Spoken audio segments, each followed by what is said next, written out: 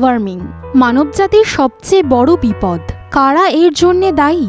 নমস্কার সুপ্রিয় দর্শক, প্রজ্ঞা দৃষ্টিতে আপনাদের স্বাগত জানিয়ে শুরু করছি আজকের এই ভিডিও। প্রযুক্তির উন্নতির করণের সাথে সাথে মানুষ শিকার হচ্ছে চরম অবনতির। বিভিন্ন মিলিয়ন কোম্পানিগুলি নিজেদের স্বার্থ সত্যকে আটকে রাখছে নানাভাবে।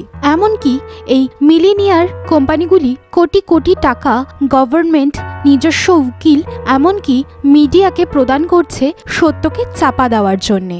আমরা যা হারাচ্ছি বা ভবিষ্যতে যা হারাতে চলেছি তা শুনলে আপনিও স্তব্ধ হয়ে যাবেন। ভূবিজ্ঞানী ও আবহাওয়াবিদরা গবেষণা করে যা পর্যবেক্ষণ করেছে তা জানলে আপনারাও হতচকিত হয়ে যাবেন। 2027 সালের মধ্যে পৃথিবীর বিভিন্ন বাসভূমি মরুভূমিতে রূপান্তরিত হতে চলেছে এবং পৃথিবীর বিভিন্ন স্থানে আগুনের নৃত্য শুরু হয়ে গেছে, যার মধ্যে হয়েছে অ্যামাজন রেইন ফরেস্ট ধ্বংস, চিলি এবং পর্তুগালের মাডেইরা দ্বীপের ওয়াইল্ড ফায়ার, যার জন্য কয়েকশো হেক্টর জমির অরণ্য পুড়ে ভস্মীভূত হয়ে গেছে। তবে শুধু এতটুকুই নয়, দক্ষিণ কোরিয়া 2025 সালে মার্চ থেকে মে মাসের মধ্যে কয়েক হেক্টর বন পুড়ে ছাই হয়ে গেছে। তবে বিভিন্ন মিডিয়া এই সমস্ত ধ্বংসকে প্রাকৃতিক বলে ঘোষণা করলেও এর পেছনে প্রাকৃতিকভাবে জড়িত কিছু মাল্টি মিলিনিয়ার কোম্পানি। আজকের এই ভিডিওতে আমরা আলোচনা করব কিভাবে আমরা সরকার এবং মিডিয়া দ্বারা অন্ধকারে জীবন যাপন করছি সত্যকে না জেনে, এবং কিভাবে আমরা উন্নতির শিখরে পৌঁছবো এবং কিভাবে বাঁচাবো আমাদের সমাজ এবং ভবিষ্যৎ। সুপ্রিয় দর্শক, আজকের এই ভিডিওটি যদি আপনাদের ভালো লেগে থাকে তবে অবশ্যই ভিডিওটিকে লাইক, শেয়ার, কমেন্ট করে আমাদের মোটিভেশন বাড়াতে সাহায্য করবেন। আপনাদের দেওয়া ছোট মোটিভেশন আমাদের নতুন নতুন ভিডিও বানাতে অনুপ্রাণিত করে। আপনারা যদি আমাদের এই চ্যানেলে নতুন হয়ে থাকেন তবে অবশ্যই চ্যানেলটিকে সাবস্ক্রাইব করে পাশে থাকা বেল আইকনে ক্লিক করে অল সেট করে রাখুন আমাদের নতুন নতুন ভিডিওর আপডেটস সবার আগে পেতে। তো চলুন আর দেরি না করে ভিডিওটি শুরু করা যাক। বিগত 5 বছরের মধ্যে আমরা পৃথিবীর বিভিন্ন দেশে যেসব ওয়াইল্ড ফায়ার দেখছি তা প্রাকৃতিক কারণে হলেও এর পেছনে আমাদেরই হাত রয়েছে। চলুন একটু বিশ্লেষণের মাধ্যমে দেখে নেওয়া যাক। অ্যামাজন রেইন ফরেস্টের বহু অঞ্চল ধ্বংসের জন্যে আমরা দায়ী করি দাবানলকে, কিন্তু এর পেছনে রয়েছে সরকারের কর্মকাণ্ড। অনেকেই মনে করেন নগরায়নের জন্য এই আগুনকে সরকার দ্বারাই লাগানো হয়েছে, আবার আবহাওয়া বিজ্ঞানীরা এর জন্য দায়ী করেছে গ্লোবাল ওয়ার্মিংকে। 2024 থেকে 25 সালেই দক্ষিণ আমেরিকার বহু দেশ যেমন ব্রাজিল, বলিভিয়া, ভেনেজুয়েলা ঘন অরণ্য, ম্যানগ্রোভ ও জলাবদ্ধ অঞ্চলে রাতের সময় আগুন লেগেছে। উদাহরণস্বরূপ ব্রাজিলে 2024 সালে এমন জায়গায় আগুন লেগেছে যেখানে আগে দাবানলের তুলনায় বর্তমানে সৃষ্টি দাবানলের গড় মান অনেক বেশি। এটি মূলত শুষ্কতা, উচ্চ তাপমাত্রা, বন ও ভূমি পরিবর্তন ও স্ল্যাশ অ্যান্ড বার্ন প্রক্রিয়ার কারণে হয়েছে। দ্বিতীয়, পর্তুগালের দ্বীপ। 14 থেকে 25 অগাস্ট 2024 সময়কালে পর্তুগালের মাডেইরা দ্বীপে বড় একটি আগুন লেগেছে। আগুন প্রান্তশূন্যভাবে পাহাড়ি বন ও পুরনো লরেল বন এলাকায় ছড়িয়ে পড়েছিল। তীব্র গরম এই পরিস্থিতিকে ত্বরান্বিত করেছিল, যার ফলস্বরূপ বহু বন্যপ্রাণী এবং আবাসস্থল পুড়েই ছাই হয়ে যায়। 3. চিলি। ফেব্রুয়ারি 2024 চিলিতে বেশ কয়েকটি বৃহৎ বন ও ঝোপাঞ্চলে আগুন স্থাপন করা হয়েছে। জাতীয় দুঃসাহসিক বিপর্যয়ের পর্যায়ে নামার মতো পরিস্থিতি সৃষ্টি হয়েছে। এই আগুন রোগ বৃদ্ধিকর শুষ্কতা, রেকর্ড ঠান্ডা বা গরম নয়, বরং তাপ ও ফুয়েল লড বাড়ায় তীব্র হয়েছে। চতুর্থ, সাউথ কোরিয়া। মার্চ থেকে মে 2025 সময়কালে দক্ষিণ কোরিয়ায় একাধিক বনভিত্তিক আগুন ছড়িয়ে পড়েছিল। বেশ কয়েক হাজার হেক্টর বন ও বনবাসী অঞ্চলও ক্ষতিগ্রস্ত হয়েছিল। সাউথ কোরিয়ার সরকার একে দেশের ইতিহাসে সবচেয়ে ভয়ানক আগুন সিরিজ হিসেবে বর্ণনা করেছে। ইউক্রেন 2024 সালে পূর্ব ইউক্রেনে যুদ্ধ সীমান্ত অঞ্চলে আগুন লাগার ঘটনা তীব্র হয়। প্রায় 9,65,000 হেক্টর বন ও জমি এই আগুনে ক্ষতিগ্রস্ত হয়। যদিও এই আগুন পুরোপুরি প্রাকৃতিক নয়, যুদ্ধ ও মানব কার্যক্রমগুলোর কারণে লেগেছে, তবে এক প্রকার আগুন ও বনভূমি ধ্বংসের রূপ নিয়েছে। এই 5টি উদাহরণ আমাদের দেখায় যে বিগত 5 বছরে বিভিন্ন দেশের বিভিন্ন পরিবেশে আগুন লাগার ঘটনা বেশি ঘটেছে এবং অনেক ক্ষেত্রেই তা শুধুমাত্র মানুষ কার্যক্রম নয়, পরিবর্তনশীল আবহাওয়ায় উচ্চ তাপমাত্রা, শুষ্কতা, বাতাসের গতির সঙ্গে যুক্ত হয়ে প্রকৃতিতে আরো তীব্র রূপ নিচ্ছে। আমরা এমন এক পৃথিবীতে বাস করছি যেখানে প্রতিদিন তাপমাত্রা একটু একটু করে বাড়ছে, হিমবাহ গলছে, সমুদ্রের জলের উচ্চতা বাড়ছে, বনভূমি পুড়ছে। কিন্তু প্রশ্ন হলো, এর জন্য আসলে দায়ী কে? আমরা নাকি সেই বড় বড় কোম্পানিগুলো যাদের তৈরি পণ্য আমরা প্রতিদিন ব্যবহার করি? গ্লোবাল ওয়ার্মিং মানে হলো পৃথিবীর গড় তাপমাত্রা ক্রমাগত বৃদ্ধি পাচ্ছে। এর প্রধান কারণ হলো গ্রিন হাউস গ্যাস, যেমন carbon die oxide, methane, nitrous oxide.